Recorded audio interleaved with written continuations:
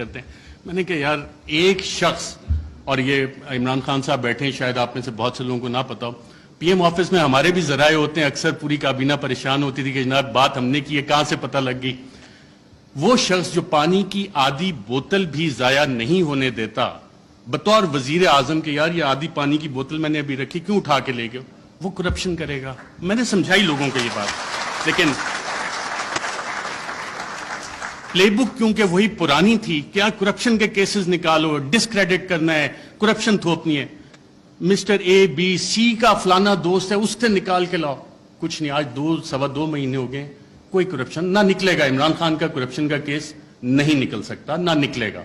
میں نے بتائی کہ نہیں آپ کچھ کوشش, میں کہا میں یہ کوشش نہیں کر سکتا کیونکہ مجھے یہ پتا ہے کہ عمران خان کی کرپشن نہیں نکلنی. اچھا, media narratives against P T I. French revolution جب آیا تھا تو اس وقت ایک تھاٹ تھا کنگ لوئی کا, میں ریاست ہوں, میں بادشاہ ہوں, میں قانون ہوں. اور یہی چیز ہم نے دیکھی کہ جب میڈیا نیریٹوز پی ٹی آئی کے خلاف بن رہے تھے, ابھی حال ہی میں آپ اگر آئی ایم دا کنگ کا دیکھ لیں, the king can do no wrong. King ہمیشہ, جو بادشاہ ہے وہ ہمیشہ اچھی چیزیں ہی کرتا ہے. فیٹے پہ پوری حکومت نے کام کیا, ہماد اظہر بھی ادھر ہیں, لیکن پی ٹی آئی نے کام نہیں کیا, بادشاہ نے سب سے اچھا کام کیا. آئی ایم دا لا, قانون میں ہی ہوں. پولیٹیکلی آئسولیٹ کرو پی ٹی آئی کو. آج پی ٹی آئی واقعی پولیٹیکلی آئسولیٹڈ ہے. کون سی سیاسی جماعت ہے جو پی ٹی آئی کے ساتھ اتحاد میں کھڑی ہے؟ سب ایک طرف ہو گئے, لیکن ایک سٹرینتھ گین ہوئی اس میں. پاکستان کی عوام بغیر کسی کال کے نکل آئے, اور شاید جو وزیر اعظم عمران خان کا آخری دن تھا وزیر اعظم ہاؤس میں, اس وقت جو لوگ نکلے اور جنہوں نے رپورٹ کیا, آئی تھنک عمران ریاض تھے, باقی ہم لوگ بھی تھے, ان سب نے ایک بات نوٹ کی. آپ نے خود بھی اپنا دفتر چھوڑنا ہونا, کافی ٹائم لگتا ہے, کہ ایک شخص فوراً اٹھ کے چلا گیا اور کہا, جب سوال جواب ہوئے, کوئی رہ تو نہیں گیا, اکیلا کر دیا, اب اس کے ساتھ کس نے کھڑا ہونا ہے؟ پاکستان کی عوام کھڑی ہوئی. یہ وہ ڈفرنٹ فیکٹر تھا, چینج تھی, جس کو کسی بھی سازشی نے کیٹر نہیں کیا ہوا تھا. یہ وہ ویریبل تھا, عوام کا ویریبل تھا, جس کی وجہ سے یہ چیزیں. میں کوئکلی تھوڑا سا 2 منٹ اگر آپ کی اجازت ہو تو سائفر کے اوپر بھی بات کرنا چاہوں گا. سائفر پہ بھی میڈیا نیریٹوز بڑے بڑے مزے کے بنے, اس پہ اور ڈیبیٹ بھی ہو سکتی تھی, کافی مزے کی چیزیں تھی. پہلا کیا بنا جی, پہلی میڈیا نے رپورٹ کرنا شروع کیا اور باقاعدہ یہ بتایا گیا کہ جی سائفر تو ایگزسٹ ہی نہیں کرتا, سائفر نام کی تو کوئی بلا ہی نہیں ہے. پھر دوسری چیز ہے, میڈیا کی یہ سٹوریز آئیں اور ریکارڈ کے اوپر موجود ہیں, پرنٹ کیے ہیں, ٹی وی پروگرامز ہیں, کہ سائفر تو یہ ایزمپشنز پہ بیسڈ ہے. وہ ایزمپشنز ہیں ہمارے ایمبیسڈر کی یا کس کی. پھر یہ بھی کہانیاں میڈیا میں آئیں کہ جی یہ تو فارن آفس میں خود ہی پی ٹی آئی والوں نے بیٹھ کے بنا لیا ہے, یہ تو شاہ محمود قریشی نے خود ہی بیٹھ کے بنا لیا ہے. پھر جب وہ بھی ساری چیزیں, کیونکہ سائفر ایگزسٹ کرتا تھا, سائفر موجود تھا, پھر کہا گیا جی کانسپریسی کا ایویڈنس کوئی نہیں ہے. اچھا, پھر عمران خان بطور وزیر اعظم, میرا خیال وہ کرکٹ کھیل رہے تھے, اور جب انہوں نے کہا تھا کہ مینٹلی میں اسٹرانگ ہوں, تو بہت سے لوگوں نے انڈر ایسٹیمیٹ کیا. انہوں نے کابینہ کی بھی کمیٹی بلائی, کابینہ کی اسپیشل کمیٹی غالباً 30 مارچ کو ہوئی. 30 مارچ کو میں نے سابق وفاقی وزراء سے پوچھا, وہاں کانسپریسی کی بات بھی ہوئی, کانسپریسی کا ذکر بھی اس میں ہوا, اور پھر 31 کو نیشنل سیکیورٹی کمیٹی بھی انہوں نے بلا لی, اور اس کا بھی مور اس پہ لگ گئی کہ بلیٹنٹ انٹرفیرنس. اور اس کے آخری پیراگراف میں ایک لفظ لکھا ہوا ہے کہ جو 31 کو نیشنل سیکیورٹی کمیٹی کی میٹنگ ہوئی, اس نے 30 مارچ کے جو منٹس اسپیشل کیبنٹ کے ہیں ان کو ریٹیفائی کیا.